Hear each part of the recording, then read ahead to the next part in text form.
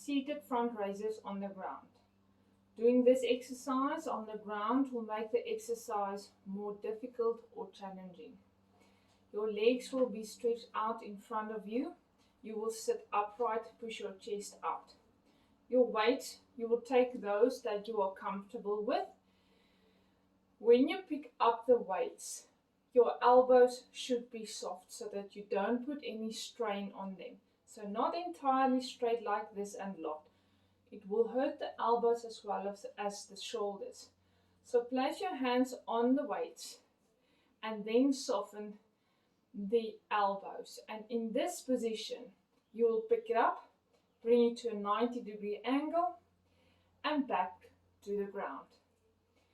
And this will work your shoulders, upper back, and also your abdominal area if you contract it during the exercise, which I do recommend for the support of your lower back. You will do the amount of repetitions stated or the time allotted to this exercise.